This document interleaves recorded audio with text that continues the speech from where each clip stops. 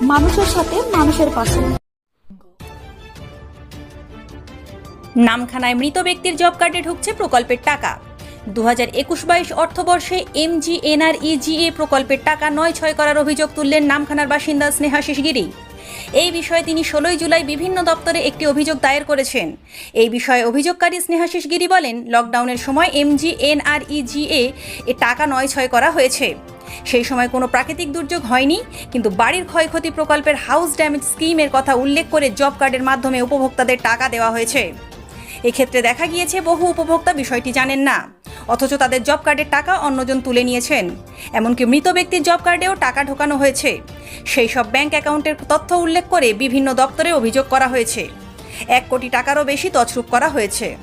HDO DMK অভিযোগ করেছি, অর্থবর্ষ 21-22 অর্থবর্ষে ঠিক লকডাউনের সময় যখন বিধানসভা ভোট চলে গেল, ঠিক তার প্রাককালে বা তারপরে সেই সময় কিন্তু বিভিন্নভাবে হাউস ড্যামেজের নাম করে বিভিন্ন অ্যাকাউন্টে টাকা ঢোকানো হয়েছে। প্রায় এদিক ওদিক করে প্রায় 2200-2400 লোকের নামে টাকা ঢোকানো হয়েছে জব কার্ড হোল্ডারের নামে।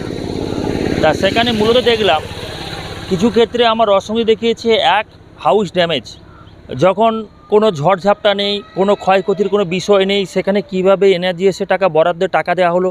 এবং আমি যখন প্রকল্পটা দেখলাম, প্রকল্পটা অনুমোদন করা হয়েছিল 20 সালের লাস্টের দিকে অনুমোদনটা করা হয়েছিল, কিন্তু টাকাটা এদের অ্যাকচুয়ালি উদ্দেশ্য ছিল ভোটের আগে টাকাটা ঢোকানো। কিন্তু যেহেতু জব কার্ডটা বন্ধ করে রেখেছিল কেন্দ্র সরকার, সেই মুহূর্তে বন্ধ থাকার জন্য ওরা টাকা ঢোকাতে পারেনি। টাকা ঢুকেছে কখন কাজ দেখিয়েছে না, লকডাউন পিরিয়ডে যখন দ্বিতীয় হয়েছিল, সেই সময় জুন মাস জুলাই মাস যেখানে ফুল লকডাউন, যেখানে বাড়ির বাইরে 144 আইপিসি, সেখানে কিভাবে জব কার্ডের কাজ করলো আমার জানা নেই। কিন্তু সেখানে আবার দেখা যাচ্ছে মৃত ব্যক্তি যিনি 17 সালে মারা গেছেন, 2017 সালে মারা গেছে, 20/7/2017, সেখানে তাকে 21 সালে কাজ দেখানো হয়েছে যখন লকডাউন চলছে, যখন বাড়ির বাইরে কেউ বেরোতে পারছে না। এসছে ওরা দেখে লকডাউনের সময় এসেছিলো যাতে কেউ দেখতে না পায়। আর পঞ্চায়েত জানতে পেরেছিল ওই টাইমে কাজ করতে এসেছিলো, তাই পঞ্চায়েত এন্ট্রি করে রেখেছে। তাছাড়াও কিছু লোকের নাম করে রাখা হয়েছে যাদের অ্যাকাউন্টে 1 টাকাও দেয়নি, যাদের নামটা শুধু ব্যবহার করা হয়েছে। হ্যাঁ, দেখা যাচ্ছে ভিন গ্রামের লোকের নাম দেওয়া হয়েছে, টাকা ঢোকানো হচ্ছে ভিন গ্রামে, এরকমভাবে বেশ কিছু করা হয়েছে। এক উপভোক্তার স্ত্রী সুমতি মাইতি বলেন, আমার স্বামী বিমল মাইতি 2017 সালে মারা গিয়েছেন। তার জব কার্ডেও ওই সময় একবার টাকা ঢুকেছিল, কিন্তু সুপারভাইজার সেই টাকা চেয়ে নিয়ে গিয়েছেন। তিনি বলেছিলেন এই জব কার্ডের অন্যজন কাজ করেছেন, তাকে টাকা দিতে হবে। আমার স্বামী স্ত্রী দুজনের নামে আছে। আমার স্বামী মারা গেছে আমার নামে 2017 সালে। আচ্ছা, তারপরে আমাদের জব কার্ড সুপারভাইজার বলেছিল যে জব কার্ড চালু না রাখলে জব কার্ডটা বন্ধ হয়ে যাবে, আর যে কোনো একজনকে দিয়ে জব কার্ডে কাজ করাইলে সে এটা রইবে। এবার যা সুপারভাইজার যেরকম বলেছে সেরকম করেছি। আর টাকা ঢুকতে যার টাকা সে বলতে তার টাকা ঢুকেছিল, টাকাটা কত তারিখে ঢুকেছে ওটা তো আমি বলতে পারছি না। মারা যাওয়ার পর টাকা? হ্যাঁ, মানে একবার আমি একবার টাকা তুলে দিয়েছিলি আমার অসুখ হওয়ার সময়, সেটা আমার সে ঘরে আমার ভাসুরের ছেলেহানকে তুলে দিয়েছিলাম। তারপরে এই লাস্টে একবার আমার ভাগনা বউ এসে বলছে, মামি তোমাদের এতে আমাদের টাকা ঢুকেছে বরজের টাকা, সেই টাকাটা তুলে দিতে হবে। কেন?